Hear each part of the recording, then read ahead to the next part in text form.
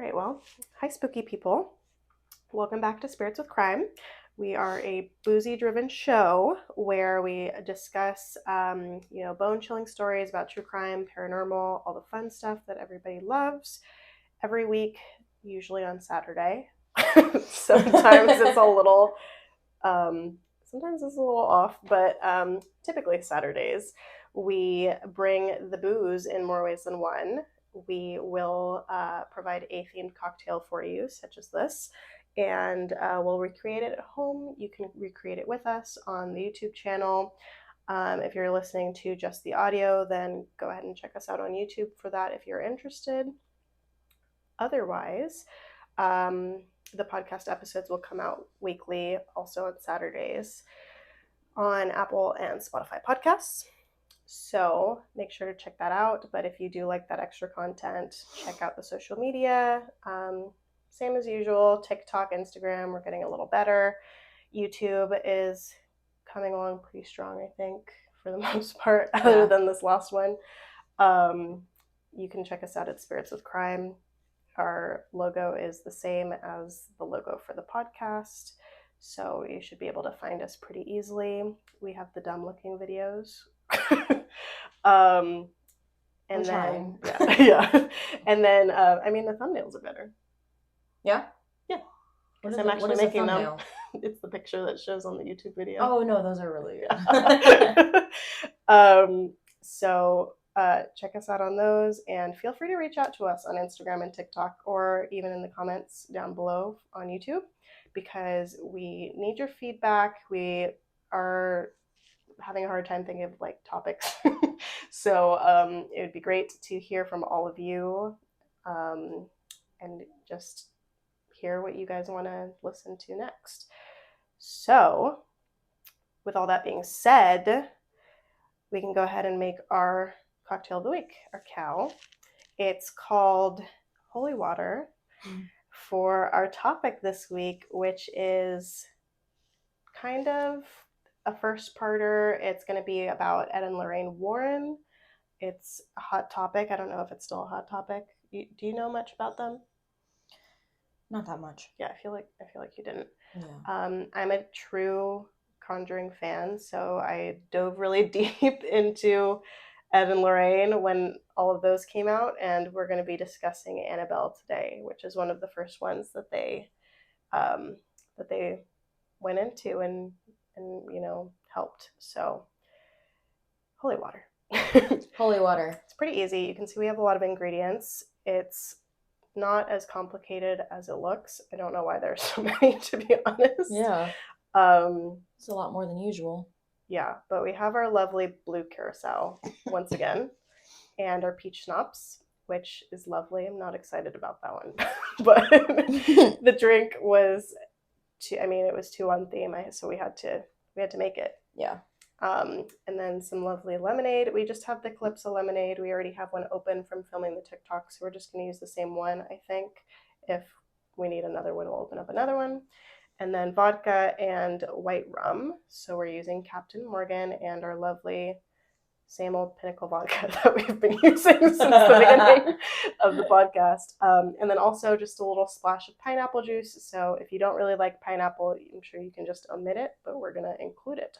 The only alcohol we really tend to run out of is tequila. Yeah, because we take shots of that. Okay, so let's go ahead and get started. So we already have ice in our shakers. You can see we have ice in our glasses. What we're going to do is we're going to take our two lovely alcohols, vodka and rum, respectively, so we can each switch off. It's going to be an ounce of each, and this makes way more than we thought it did. You'll see in our TikTok video. Oh, not so perfect this time. Oh, not at all. It's okay. Well, all right. You're always making messes. Hold on, switch. Oh, yeah. Listen, one of us here is a professional. Hey, last time I did a great job. You did, actually. You're pretty good about pouring them. I am, so I don't know what happened. Listen, we don't like to waste any liquor in this house. Gosh, why would we? So you're just going to have to lick it. All right, Zamboni. Just lick it off. Let's look at it with this pedal. Don't do it on camera. Because listen. Right, So and now, then we do 1/2 ounce of blue curacao and 1/2 ounce of the peach schnapps, so we can switch those as well. Ooh.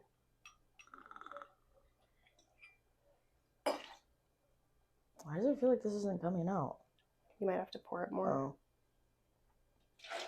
Okay. That was pretty solid. It just took me a while. Good, because that one's blue. You don't want to spill that one.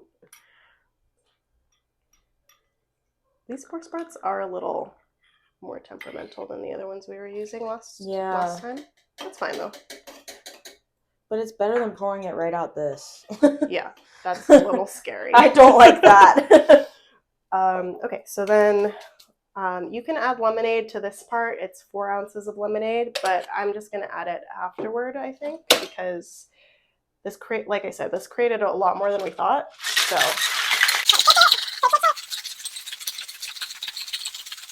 nice and cold.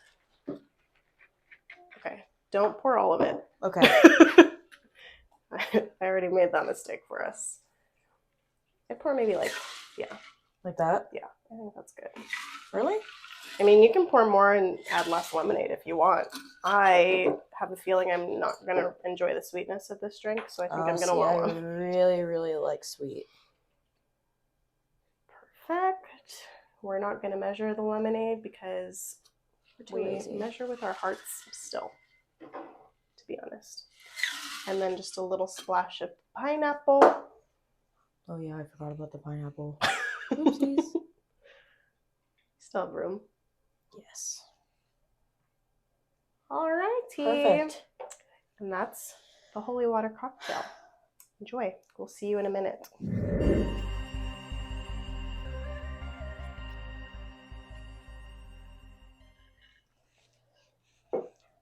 Just put that right there.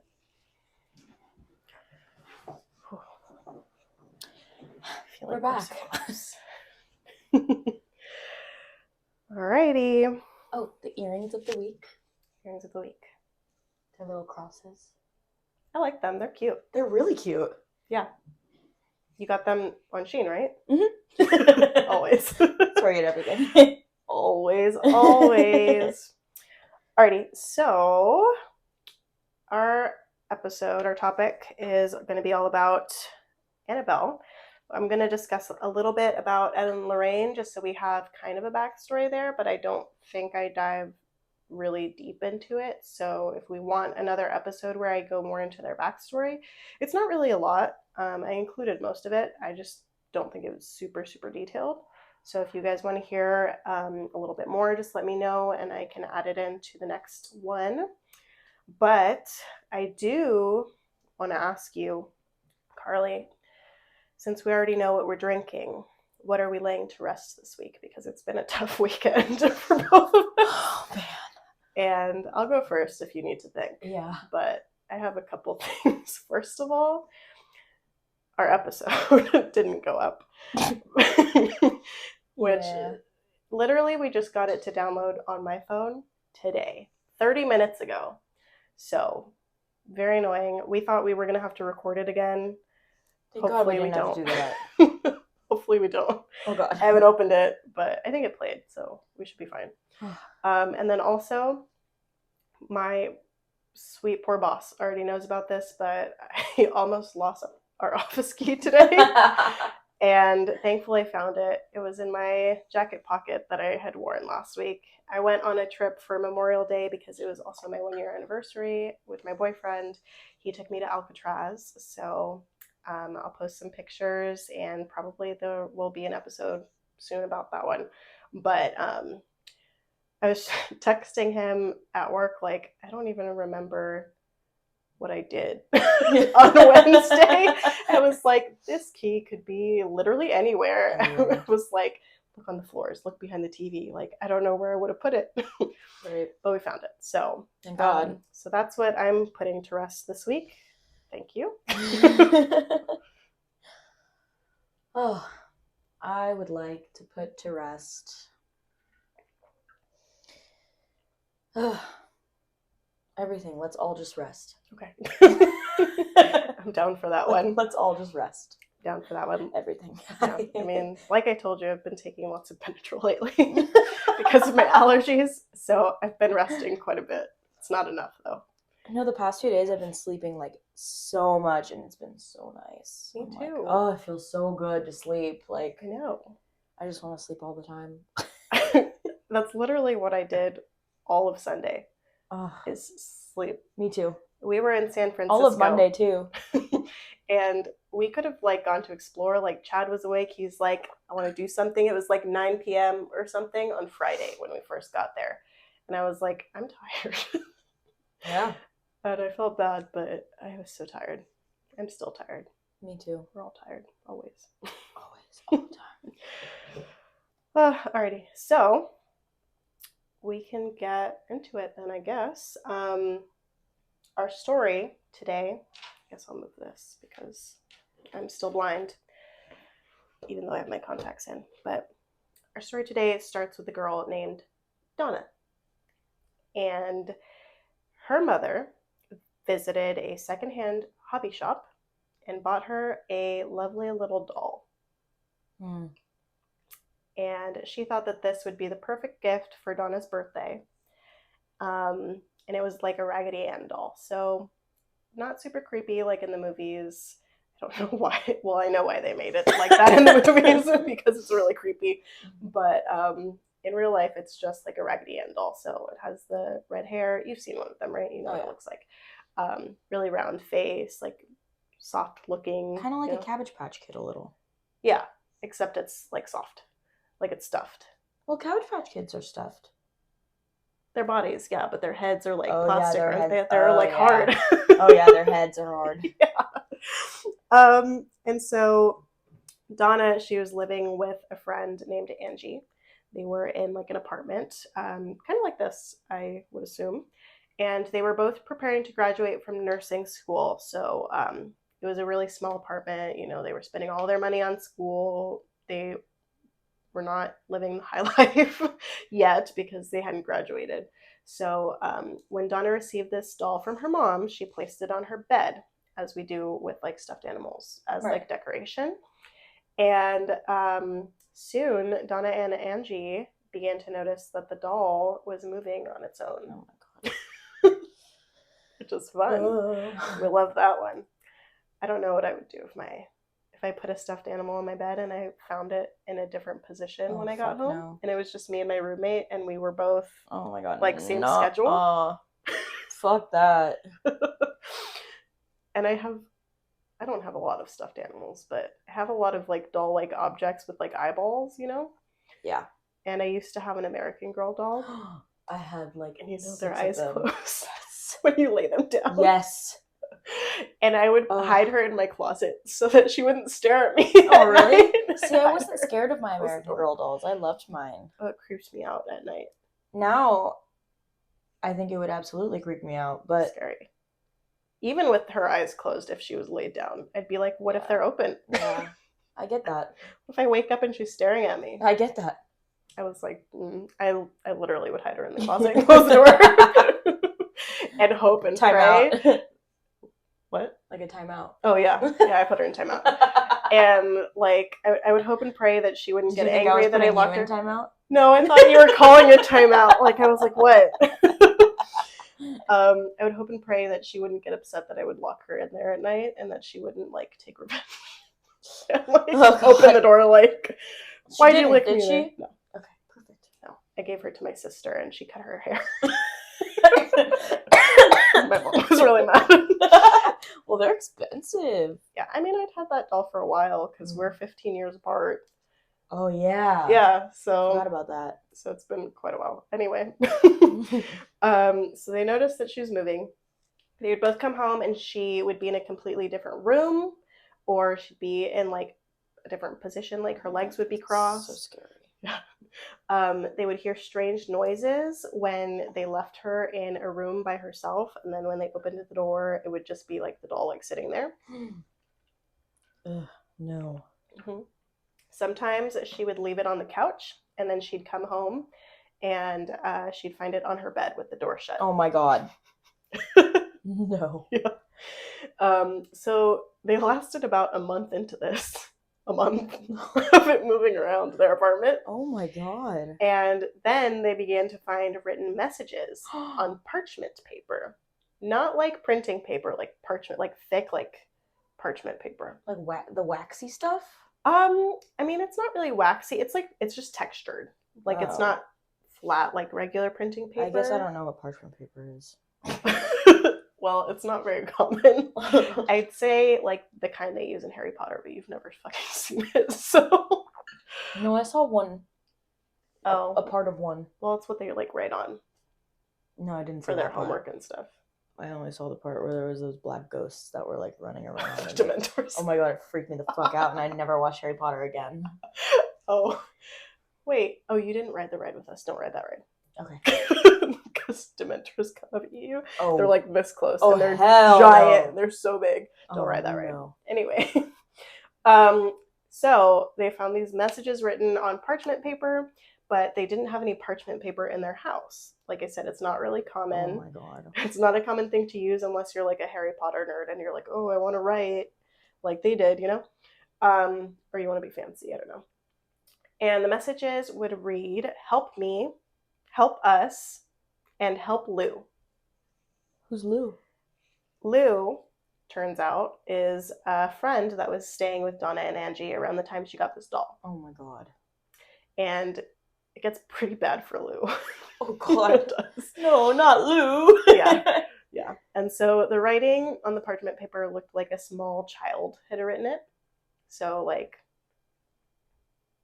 probably really messy.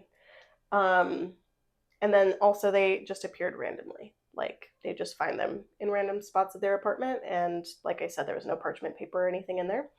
So they started getting really freaked out. And one day, Donna returned home and found the doll in her bed, per usual.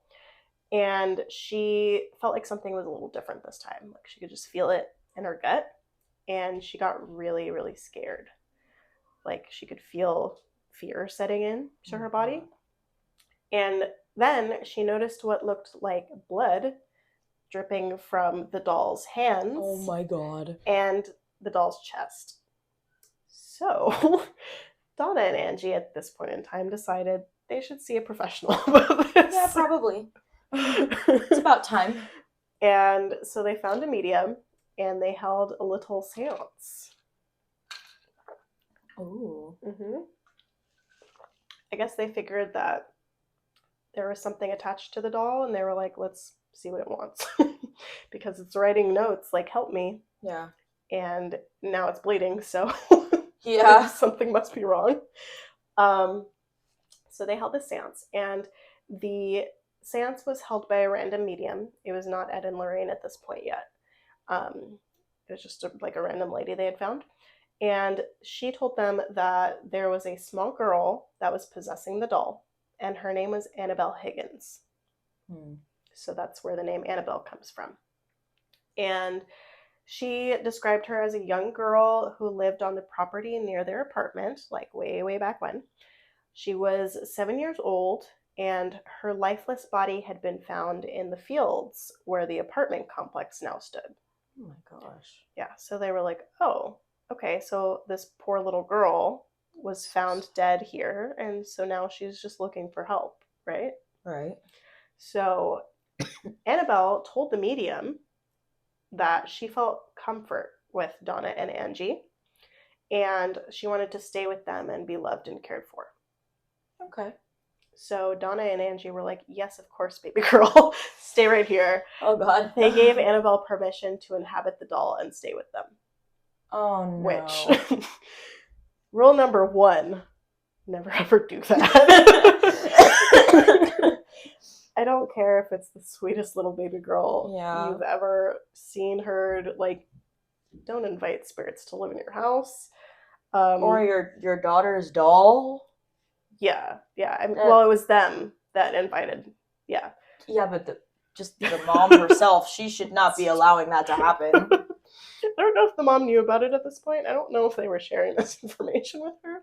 Wait, so the mom just allowed this spirit to come in without any information? Well, she gave the doll to Donna, and then Donna and Angie were just experiencing this haunting in their apartment. Okay. Yeah, so I don't know. I mean, I would have told my mom.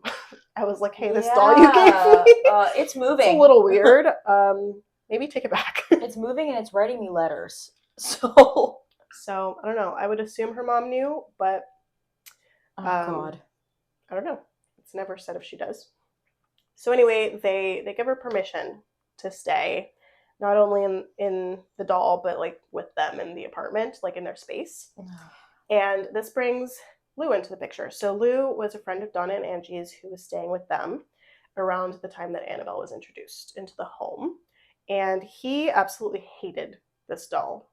And he told Donna that it was evil and she needed to get rid of it. Well. And so he had been saying that from the very start. He's like, I don't like this doll. It's creepy. Like, I get bad vibes off of it. You shouldn't keep it. And obviously they did keep it. They invited it to stay. And one night, Lou had a recurring nightmare and he woke up in a panic.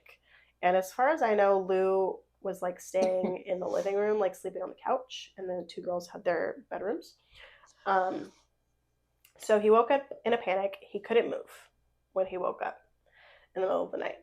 He looked around and he saw Annabelle at his feet. Oh my God.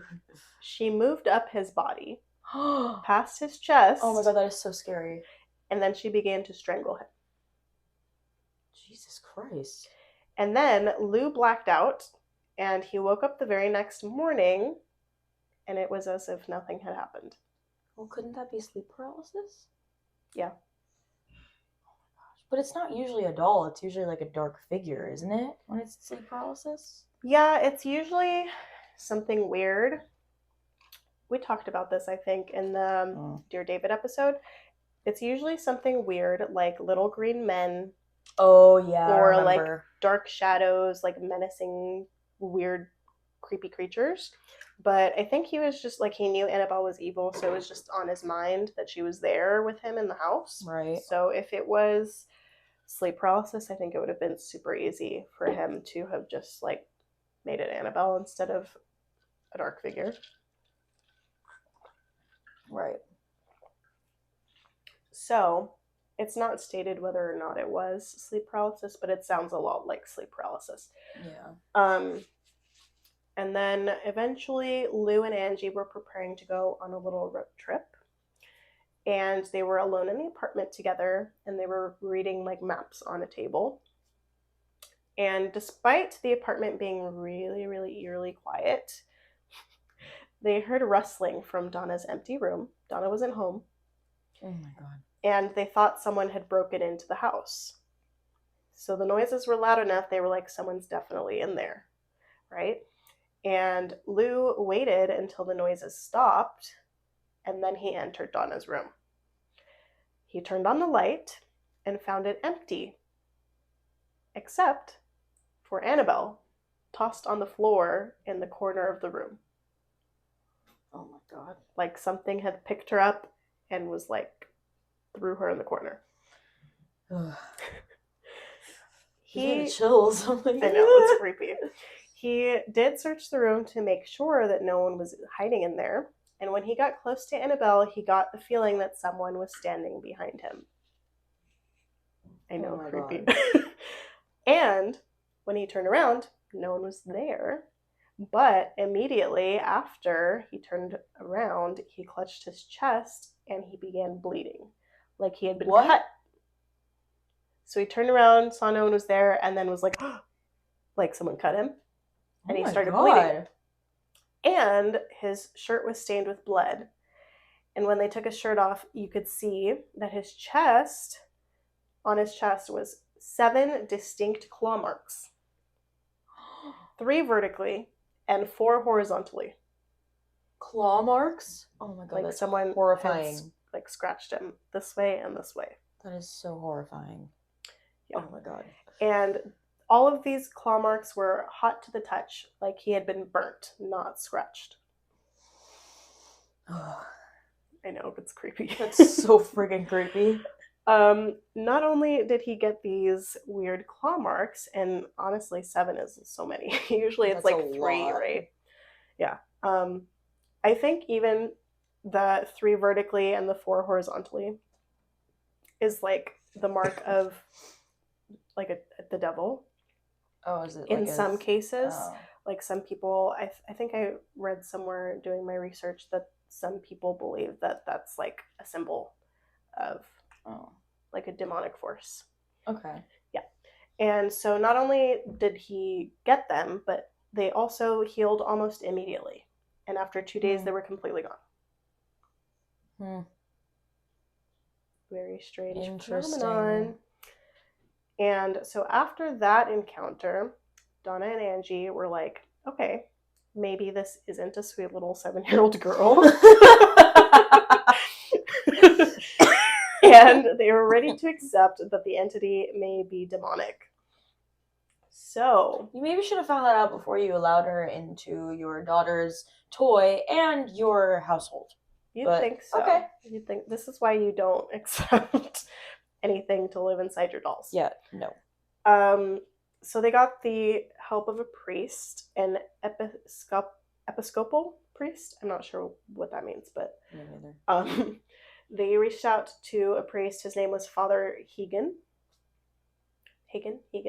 And he believed that it was spiritual in nature and requested the help of a higher authority, Father Cook, whom immediately reached out to the Warrens.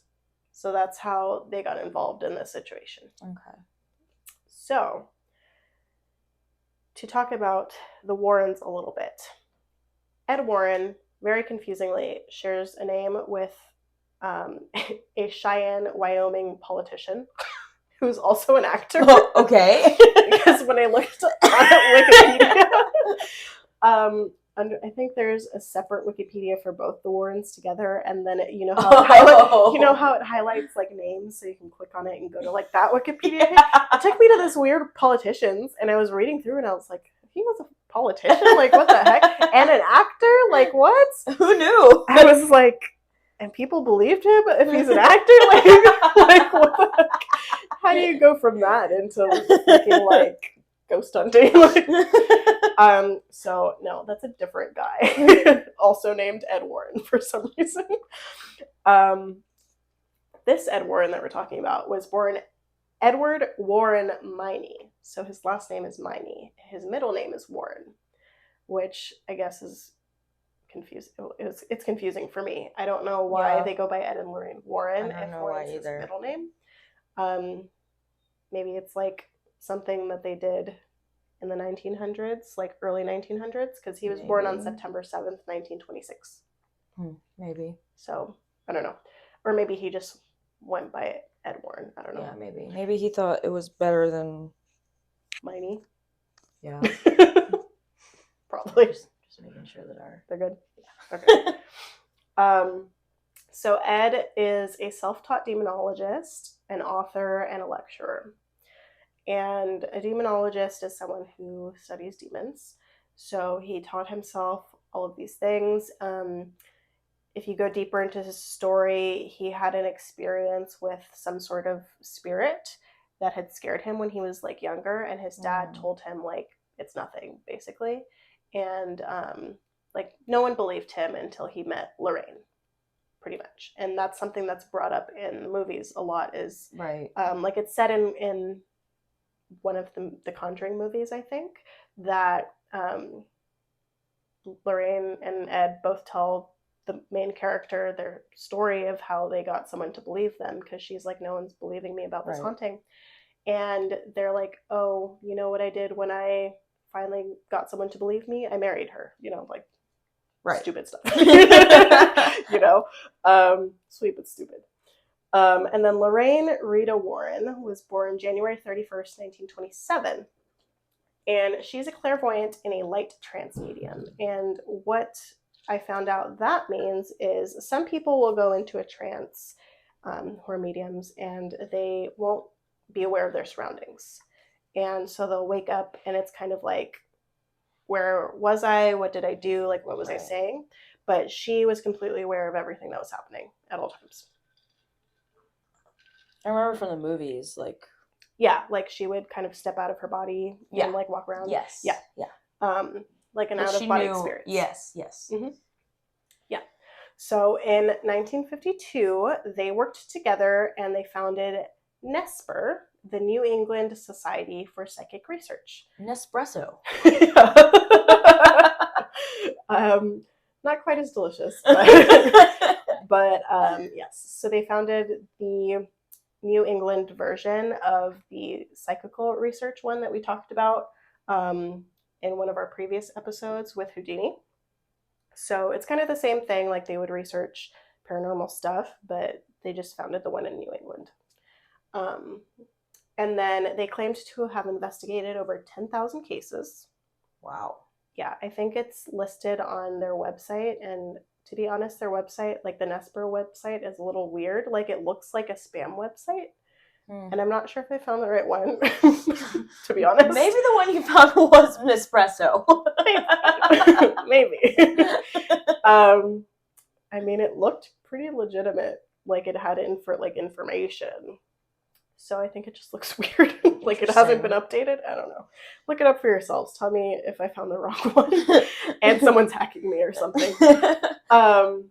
But then they investigated over 10,000 cases and they wrote books and like held lectures on the research and all that stuff.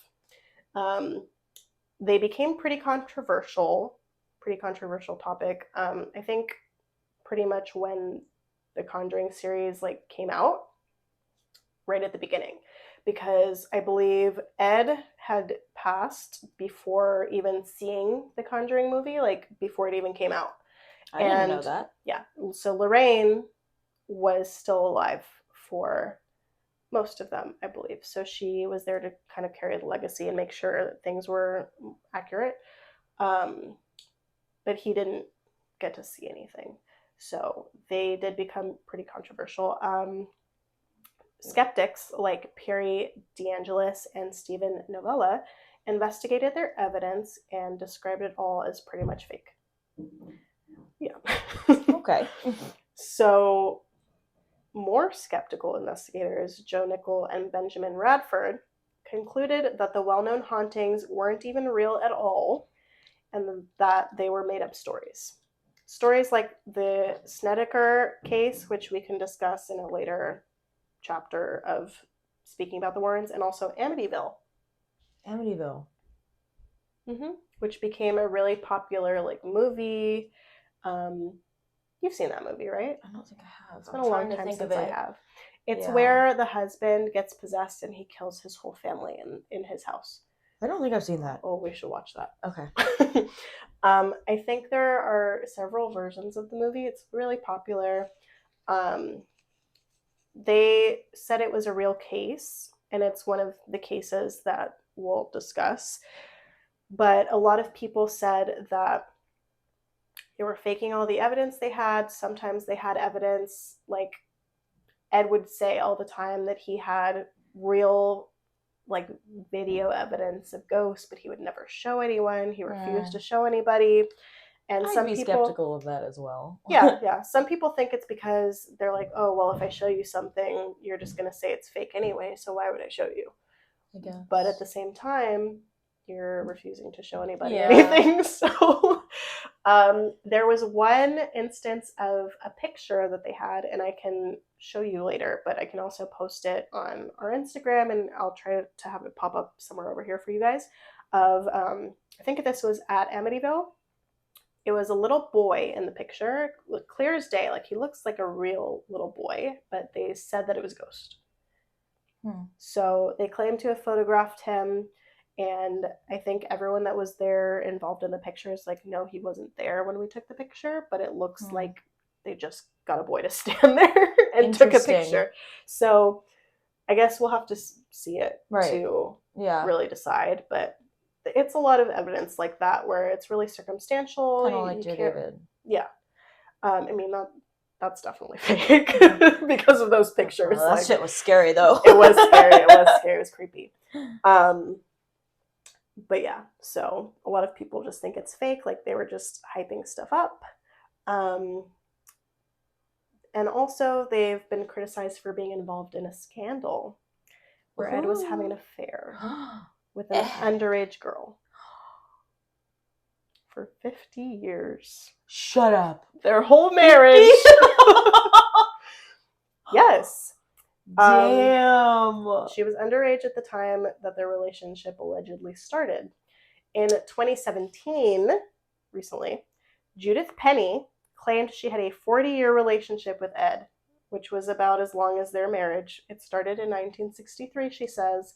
She says Lorraine was very, very aware of it, and she supposedly lived in their house. What? As soon as she turned 18, supposedly, and they would say that she was like a relative, like a cousin or a niece, and that they would just have, like, she was there and she lived in the house. What the hell? And people have asked, like, the daughter, like, is this true? Like, Ed and Lorraine's daughter. Yeah. Because they have a daughter. What the hell? And she's like, well, she did live there, but she lived there as a nanny. Like, I don't know of anything, you know? So they became pretty controversial because, one, she was underage when they started this relationship, allegedly. And two, if Lorraine was aware of it, she allowed it to happen, and it was an underage girl.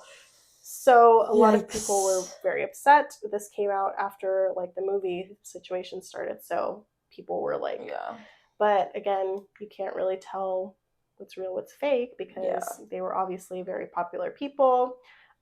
She could have just been the nanny and just been like, well, yeah, she could have just made that shit up. We had an intimate relationship, you know? Could have just made that you up. Never know.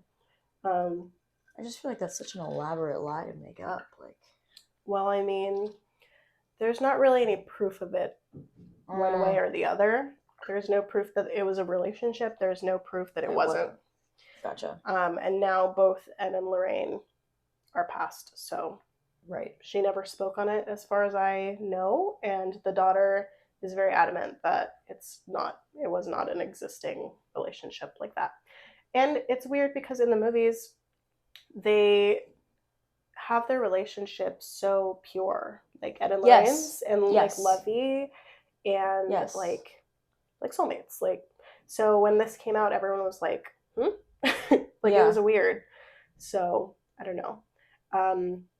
Supposedly, when they had entered the contract for the movies, like, they didn't want their relationship to be involved in the movie like that, but they still made it that way. I don't know. It's just a very strange situation all around. Very, very weird. But anyway, so that's like kind of part of the background. It's not everything, obviously, but that's why they're a little controversial. Right. Obviously, you know, other stuff. Like, Ed has been known to say that he wasn't in it for the money. Like, they would often not accept money, just like the mediums wouldn't, you know, with Houdini. They would say it wasn't for fame, like it wasn't for clout. Ed would say, it is for clout because I want people to be aware that demons exist, and I want them to believe in God and in, you know, this path that we're taking. But otherwise, he'd be like, it's not for clout. But then he'd also be known to go to hauntings. They'd show up unannounced sometimes, like people wouldn't ask them to be there, and they'd just show up like, here we are to help you. Interesting. He would be known to show up to these hauntings and be like, we're gonna make a lot of money off of this, huh? Like, speaking to random people that obviously are like, that sounds pretty sus. So I don't know, he'd say stuff like that, but then they'd both claim that it wasn't for the money, but then none of their evidence seems for real. So sus. It's a lot of controversy. No one really knows if they're telling the truth or not. Who knows? It's kind of hard to test this stuff because, well, they're dead now, so we really can't test it. I mean, it's hard to test it now, even with other people, what's real or fake, especially with technology. So I choose to believe that it's real. Maybe some of them were fake. Maybe some of them were just like bumped up for cinematic purposes, you know? Like exaggerated. Yeah. I mean, I'm sure that's probably what a lot of them are, but... Yeah. I mean, one of the cases, I think they're named like the Perry family, but don't quote me on that. It's part of one of the Conjuring movies. One of the cases that they like were not invited to, they showed up. They were actually asked to leave. They were like, "Can you not be here?" That family was like, "Well, we don't necessarily like want anything to do with the Warrens, but we were being haunted." Like, Right. yeah, they were like, "It's a little exaggerated in the movie, but this was real," and they're like super adamant. So I don't know. Maybe in some cases it was. Maybe some cases people just wanted to be famous. I don't know. Yeah. You know, but I think some of it's real at least. So when the Warrens became involved with Annabelle, they were immediately interested, and they came to the conclusion that Annabelle was not a little girl, but she was a demon looking to possess Donna, the owner of the doll. So they were like, the doll's not being possessed. The doll is being manipulated. Oh my god. So the demon wants to take your soul, not like the doll. They described it as being in the infestation stage. So it begins really small so that it can gain recognition from you. So like leaving the notes, moving around. Right. Then it finds a way to communicate, and then it preys on your sympathy, and it told them that it was a small unassuming girl who was like just looking to be loved. And that's why they sat there and they said, yes, of course, come into my house. Yes. And then after gaining permission to stay, it wreaks havoc. And then the next stage reportedly would have been complete demonic human possession. Holy shit. So, well, that is... They were pretty close. That is 0 to 100 real quick. Jesus. The Warrens said that if this persisted another 2 or 3 weeks, it could have seriously injured or killed somebody. Wow. So that's what they said. The Warrens had Father Cook cleanse the apartment, and Ed Warren states, this is a quote from him, "The episcopal blessing of the home is a wordy 7-page document that is distinctively positive in nature. Rather than specifically expelling evil entities from the dwelling, the emphasis is instead directed toward filling the home with the power of the positive and of God." So they're not necessarily like the power of Christ compels you. They're like, we welcome love in this house. We welcome God, blah, blah, blah. Right. We welcome light, like, you know, all that stuff. So that's more of a positive. Yeah. We only allow love to enter this household. Right. You know, anything that has anything to do with not love should leave. Okay. Type of thing. And then the Warrens were like, hey, we're going to just take this doll anyway, because you shouldn't have her. Oh, yeah. Yeah. You got a young daughter. And so they took her.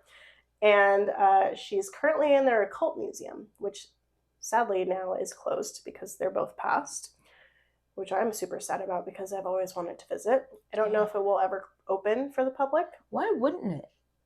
Well, the daughter and their stepson own the museum now. Oh, and it's technically like the family home. So I don't know, like they upkeep it and everything, but I don't know if they necessarily want I don't want randos in there. Yeah, to have random, you know, because it was their house. Like her daughter is not a medium as far as I know, and they're not demonology, like they're not into this like the parents were.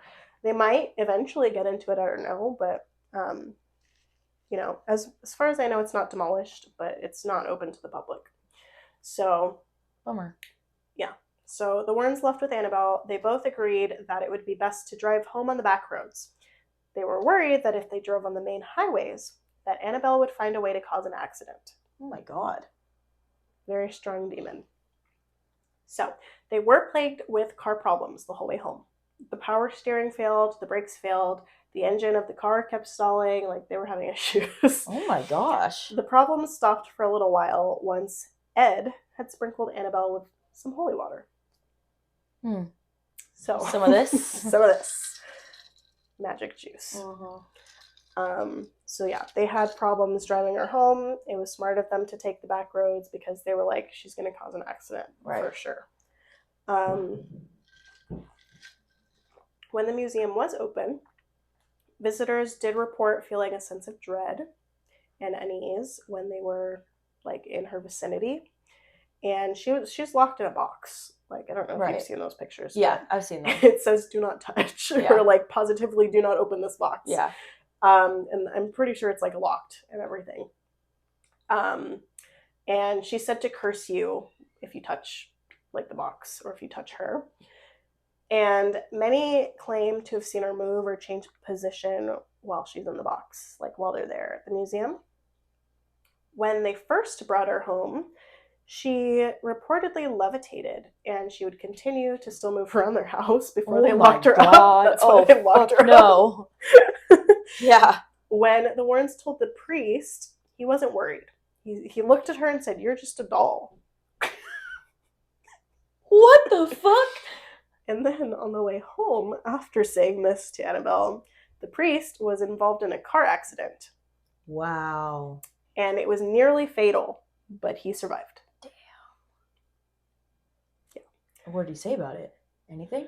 Well, I mean, I'm sure he was like, fuck, I'm never talking to that doll again. Oh, yeah, good. Since the case was built, Annabelle's said to not move around as much anymore. Some think that she's responsible for the death of someone who visited the museum. Ooh. After the priest. He supposedly made fun of her with his girlfriend and demanded that she scratched him, like, because she was been known to affect people. So so they were teasing her. Oh my god. And so Ed asked him to leave because they were being disrespectful. Yeah. And while they were laughing at her on the way home, they lost control of their motorcycle and swerved into a tree. And it instantly killed him. And the girlfriend was in a coma. Holy shit. Or she was sent to the hospital, something really drastic, and she was there for like a year before she recovered. Oh my god. So it was really bad. And then it's just a reminder that there are forces in the world that we don't understand, and it's pretty much like a cautionary tale about the dangers of playing with the occult. Holy shit. And unfortunately, I don't know if any of that story is real. Right. Well, there's no way to tell. Yeah, there's no way. Ever. I don't know why, but when I was researching this story, like in my brain, I was like, I feel like I've lived this before. Have you ever had those like deja vu moments where like you can picture it in your mind, like you can see everything happening? Yes. I don't know if I've seen a weird movie or like a reenactment of this Annabelle story, but I could picture in my brain everything that was happening. And it was really creepy. So I don't know if I've seen it anywhere, but like when Lou was having that sleep paralysis with Annabelle at his feet and like being strangled, and like I distinctly remember. Oh my god. I distinctly remember like watching it. Oh fuck no. So I'm like, that is horrifying. But it's not really ever said to be a real story, and that's like part of the controversy with Ed and Lorraine is you never know what's real and what's not. Right. And I actually just recently watched the first Annabelle movie with Chad, and I didn't remember any of it because this story with the nurses is part of the first like literally 2 minutes where they're describing it, and then after that it's like before the nurses had gotten it from the mom from the like hobby shop, right? And it was like the story of how she got to the hobby shop pretty much. And she was like, I haven't seen that movie in so long. It was interesting. Like I didn't remember anything that happened. It was weird. I don't remember anything. Yeah, so we should watch it. Yeah. It's pretty fun. But that is all I have for you today. Kind of a short one, I feel like. We usually ramble on for a little bit longer. Yeah. Well, we'll try something new and see if you guys prefer this over us talking. Me talking. Why are you even here? Just like, so yeah, that's our story. I'd love to dive deeper into Ed and Lorraine's story. I, of course, want to do Amityville and the Snedeker family, and even one of the more recent movies, like The Devil Made Me Do It. That's a real story too. So I don't think I've seen that one. that one's fun. That one's a fun one, and I think that one did actually happen. Like, I don't know if the haunting happened, but there was a whole like court case and everything. Scary. Like, yeah, it was pretty interesting. That stuff scares the shit out of me. I mean, like I said, it's a warning that you shouldn't mess with the occult. Yeah. So don't invite weird little 7-year-old girls to stay in your stuffed animals or you're gifted to you. Yeah, no thanks. And I think we've learned that if your dolls move around the house or if you find random notes that say help me, that maybe you on parchment should paper kindly throw the doll away. Seriously. Or maybe and if it comes back, then you're screwed. Yeah. Oh, that's so scary. So scary. I hate when that happens in movies. I know, me too. Oh my God. Oh, that's so creepy. Okay, well, anyway, thanks for hanging out. We'll see you next time. Enjoy your spirits. And your crime.